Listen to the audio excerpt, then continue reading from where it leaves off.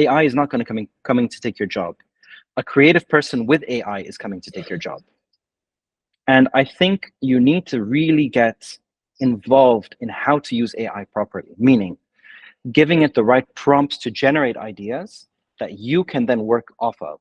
Don't try to be like Mr. Beast. Don't try to be generic.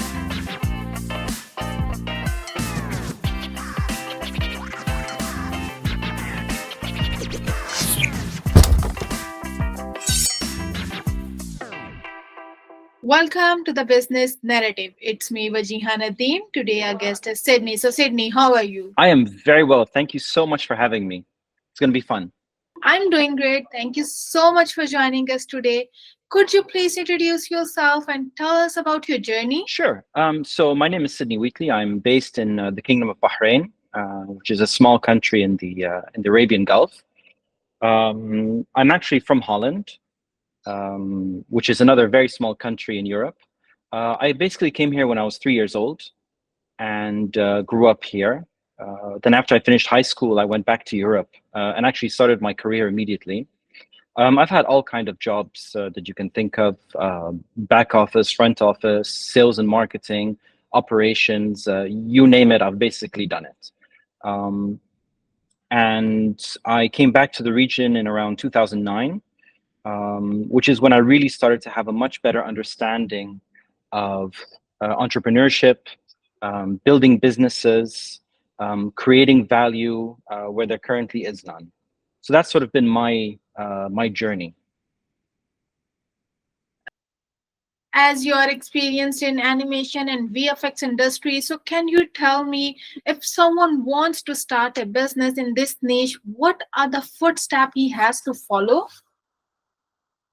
Sure. So actually, so that company, Michelle Movies, is actually one of our companies that we have. We actually have several that we operate. I think there's no purely good footprint for starting a business because it depends on what's your area, what's your specialty, what's your own knowledge base, what's your financial capability. You know, there's 100,000 things that you need when you want to start a business. But I think the most important thing, or the most important element of your blueprint, is your own determination. Now, the reason I say this is because companies die by 1,000 cuts. You know, there's a reason why 90% of startups fail. And that's because there's a myriad of things that can happen. You could not find the right product market fit. You could run out of cash. Customers might not just be interested. You might not be reaching the right customer. Maybe you have the right product in the right market, but your competitors outspending you on marketing and on those kind of things. So I think to get through all those thousands of cuts, it's pure determination. It's waking up every morning, even though you had the worst day of your life yesterday, and going, I'm going to make this work, I'm going to make this happen, and I'm going to figure it out. And I think that is the key ingredient to entrepreneurship, because it's just hard. Entrepreneurship is hard. It can be lonely as well. You know, often you're a company of one pretending to be a company of 100, and you have no one to talk to about how to solve specific problems. Or even if you have a team under you, you always want to be the brave, or you know, the leader who knows everything. So it can be quite lonely. So I really think grit and determination are the key ingredient to any successful entrepreneur. When someone wants to start a business, their main concern is how to grab a client without a portfolio. So could you please tell us how to pitch a client? So for example, if you're doing B2B, so business, let's say business to business, for those not in the know. So when you're selling from your business directly to another business, you need to determine, first of all, who's your target market, right? Are you selling to SMEs, small businesses? Are you selling to large enterprises? Are you selling to a specific niche? First, determine what's your market. Once you've determined that, it's really a question of knocking doors, or in, you know, today's parlance, picking up the phone and calling people, or cold calling them. Now, conversely, if you're doing, let's say B2C, so selling directly to an end customer, which is an individual or a family, you still have to determine your target market, of course. But you can't really go knocking on doors because you'll hopefully have thousands, if not millions of customers. So then it becomes a question of, okay, where do my customers live? When I say live, I don't mean geographically. I mean, where do they spend their time? Do they spend their time watching TV? Maybe if they're an older demographic. Do they spend their time on, social media if they're a younger demographic? Even within the younger demographic, are they more on TikTok? Are they more on Instagram? Who is your target audience? Where can I find them? And then try and tailor a message specifically to those. Now, again, you're going to fail 1,000 times because, messaging sounds perfect in your head and it sounds perfect when you make your small ad or your small spot, but it might not resonate with those people receiving the message. So you'll have to make 5 or 6 different messages, try them out on different market demographics and see what resonates, see what pulls people to your product. And I've always found that once you have your first, on the business, or let's say on the consumer side, once you've found your first 100 or 200 customers, it gets a lot easier because then you can sort of, you get your product into the hands of your customer. You start to realize what they appreciate about your product. Then you can start to resonate that message again in your further marketing campaigns. Similarly, when you do B2B, so meaning you have one business customer, and typically, if you're going for your first customer in B2B, stick to one customer.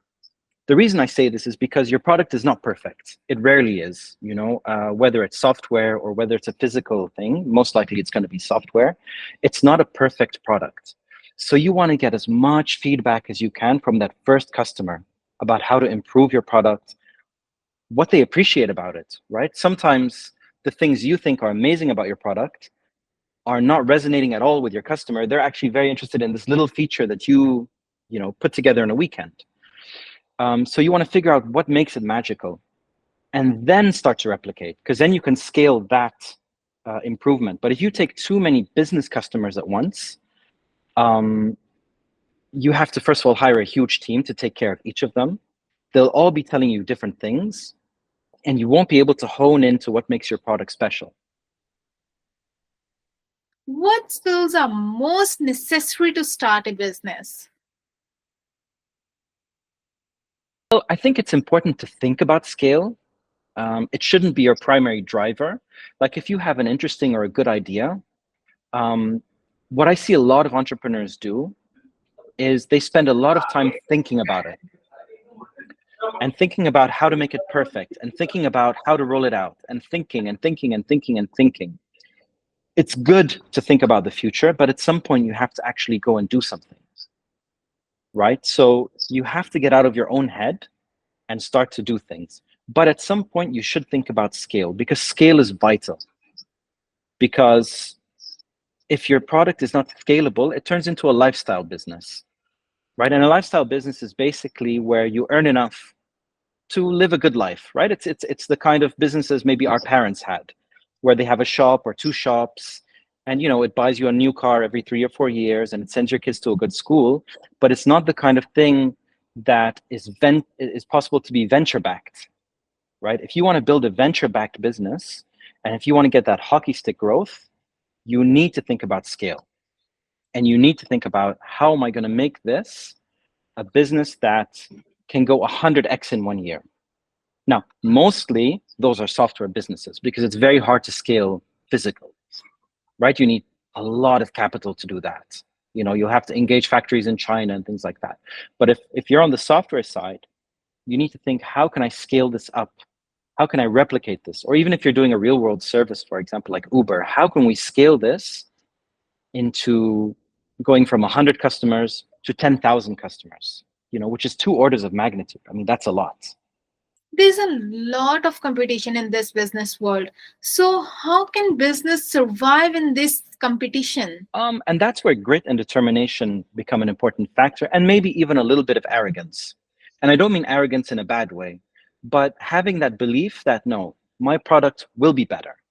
My product will be more attractive. My product will be able to scale. Now, perhaps this is self-delusion, but if you don't believe that about yourself, you will always feel, oh, they're already doing it. Why would I go into it? Oh, they already have this product. Why would I be able to improve it? So I understand there are loads of other startups doing loads of other things, but remember, startups die by 1,000 cuts.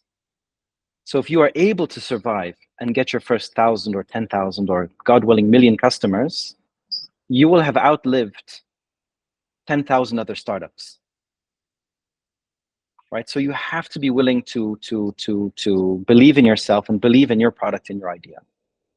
But don't you think if you have an arrogant attitude, there will be no room for improvement? Well, that's why I sort of say arrogance facetiously. It's more like self-confidence, right? And there's a fine distinction, you know. Arrogance is believing you can do something when you can't, where self-confidence is believing you can do something and you actually have the experience to back it up. Um, I think that you have to have the self-confidence, arrogance, but of course take that feedback, you know. It's believing that you can make a better product by iterating, by taking, you know, design thinking principles into your mind about taking your product and improving it every single time. You know, think about someone like Elon Musk, right? Very divisive character. You might hate him, you might love him, you might find him extremely arrogant, which he probably is, or you might find him self-confident, which he also probably is. But he entered the car business, which, you know, we just mentioned it's really hard to do real world products. You know, if I were to tell you, for example, this water bottle, let's make a water bottle company, that's really hard. Think about what goes into a car. You know, a car is basically a collection of 20 different companies that have to come together to make each individual part. Yet he took them on. Why? With the belief that through going back to design thinking principles, iterating on your product, you can make something better. Now, he had a lot of capital to back him up, of course, and a lot of business experience. But I think that if you can start a successful new car company, you can do anything. You know, there's always room to build something new. I think that now content creators are just replicating the ideas or copying the other ideas. So, how can new content creators generate new ideas? Well, you know, that's a really interesting and tricky question. And the reason I say it's tricky, even though I'm let's say in the quote unquote creative industry, is that we're going through a mega upheaval right now. You know, as Donald Trump likes to say, there's two tiny little letters called AI, which are going to have a huge impact on the world. Now, we have yet to see what the real impact is on creativity. And I mean real creativity in terms of movie making or let's say these large scale products. But on the smaller scale, we're already seeing blogs that are just completely written by AI. You know, if you go onto YouTube and you do anything like, if you do a how-to video these days, I would say now 40 to 50% of those are AI generated, meaning AI voice, AI script, and AI backgrounds or graphics or whatever. So it's very tricky, but there's a saying in AI, and it's been said to death, honestly. It's been said by 1,000 people, so I don't want to repeat it, but I have to. It's that the losers will be those who don't use AI at all. AI is not going to coming to take your job. A creative person with AI is coming to take your job. And I think you need to really get involved in how to use AI properly, meaning giving it the right prompts to generate ideas that you can then work off of. Now, I would say that in this day and age, the thing that people are really attaching themselves onto, especially if you're a content creator, is authenticity. Be your authentic self. Be a person as you are. Don't try to be like Mr. Beast. Don't try to be generic. Don't try to be like a newscaster on CNN. Have a personality, have a voice, and have something to say. And if you couple that with the power of AI to help you generate ideas and generate original thoughts, I think you can be a pretty unstoppable force. But again, it's hard because all these tools are cheap, and you know, there's nothing cheaper than opening up your laptop and making new content, right? It's not even having a business. It's literally just saying something. Anyone can do it. So there's a lot of competition out there. So be unique. Be your authentic self. You know, don't even strive to just be unique. Be your authentic self. Have an opinion. Don't go with everyone else. As we all know, like to use AI, we have to write a perfect prompt. So could you please tell us how to write a best prompt for content creation? I'm not really the best person because I personally don't use AI much yet. Our teams do, but I'm not really into it yet. I'm trying as much as possible to continue to use um, my own brain to do things. But what I would suggest is a lot of experimentation. You know, with all these things, you have to be willing to experiment. The thing that people what always happens to anyone that's doing something new is they get really easily intimidated by technology, right? Because it's out of my comfort zone. What I would suggest is play with it as much as you can.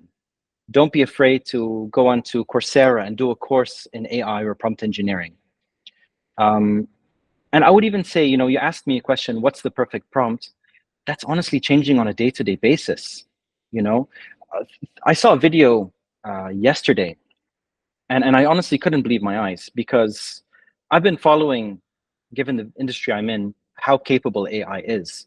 And 6 months ago, I was like, "Ah, this is terrible. It's not going to do anything." I saw a video yesterday that was done in a day that would have taken me, with a team of 10, probably 2 weeks to complete, 5 years ago. So it's moving at a very fast pace. So even that word perfect prompt is changing on a day-to-day basis. So don't be too obsessed with what's the perfect prompt now. Be obsessed with how can I evolve myself as the technology Okay, I evolves. also want to know your personal side as well. So let's play a quick rapid fire round. You have to answer abruptly. So, are you a coffee guy or a tea person? Coffee. Favorite app on your phone? Favorite app on my phone? I don't really have one. Well, okay, actually I do. Podcast app. That's probably the one I use the most. First thing you do when you wake up. The best word that describes your entrepreneurial journey. Um, that describes my entrepreneurial journey. I would say not normal. What's the reason? Because I'm not really an entrepreneurial person.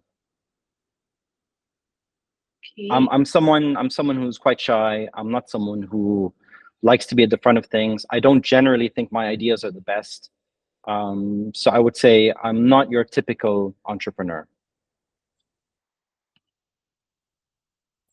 So, if you have to start your business all over again, so what is the thing that you will not repeat in your new journey? Um, you know, I'm a big believer in destiny, so I wouldn't change a thing because you never know. You change one thing and you might end up in a completely different place. And I'm perfectly happy where I am. So, and my message to anyone listening would be make mistakes. It's fine. Don't have regrets about mistakes because those mistakes are the best education you'll ever have. By the way, what's the best advice for someone who wants to start their business? That's what I tell every entrepreneur I ever go to or I ever see. Just start. Just get. Don't worry about money. Don't worry about will it work, won't it work. Don't worry about where will I be in 5 years. Don't worry about where will I have. Just start. If you believe that you have found something interesting, great, there's no better time to start than yesterday. The second best time to start is now. Just get started. Start small. You don't have to be the biggest in the world. Start small. Start with one customer, but start. The second thing I would say is don't be an island. Okay? Entrepreneurs work best when they have someone to talk to and bounce ideas off of. Yeah? Someone to learn from. Find a mentor, find a partner. Find someone who will fill those gaps that you have. For example, I'm not a great salesperson. So I need a good salesperson with me always to figure out how to get customers, right? I'm much better at operations. So So find someone that's really, really good to talk to, hopefully someone smarter than you, and someone that fills your gaps. It's better to start your business all alone or with a team. A team might be too big, but have at least one person with you, either as a founding partner or as a mentor to mentor you through the process. But try and find someone, because the thing is, when ideas live in your head, they don't develop, they don't evolve, right? There's nothing I love more than just sitting quietly with a pen and paper and writing down my ideas, and just the act of getting them out of my head and onto a piece of paper, they already start to evolve. When you start to discuss them with someone else, they take their experience and tell you, that's a great idea, but you know what you should do? You should do it like this, because my background says that this might be better. And that's how ideas evolve. And they don't evolve in your head. If you have them just in your head, you'll never get started. By the way, who's that person in your life? I've had several. I mean, look, one of the people that really taught me, or even like put the idea in my head that entrepreneurship was even possible. Right? I never even thought it was possible. For me, growing up, I always thought, companies are these big things that just happen. I never thought about the entrepreneurial journey. And then I worked for a small company. Well, I mean, small for me at the time. There were only 40 people there. With this amazing founder. His name is Laurens Groen. If you go onto my LinkedIn, you'll be able to find him.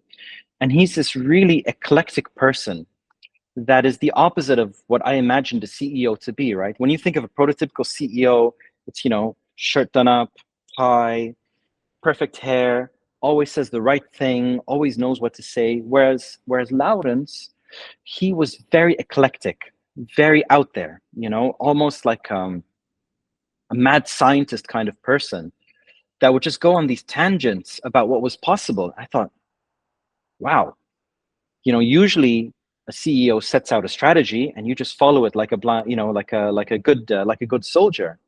But this guy was hashing out ideas on the spot, changing strategy on the spot based on whatever was happening around him. I thought, whoa.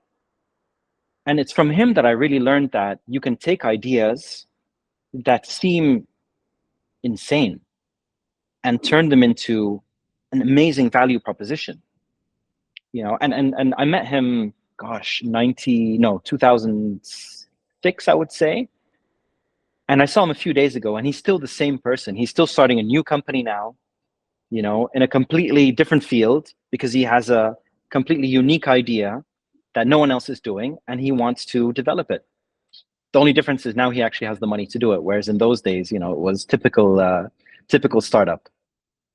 How can people contact you and find your work? Is on LinkedIn. That's basically where my career is. I don't have Instagram. I don't have social media. The only thing I have is LinkedIn. Feel free to add me. Always happy to have the conversation. Thank you so much for today. It's really nice talking to you. Goodbye. Thank you so much. And yeah, would love to do this again.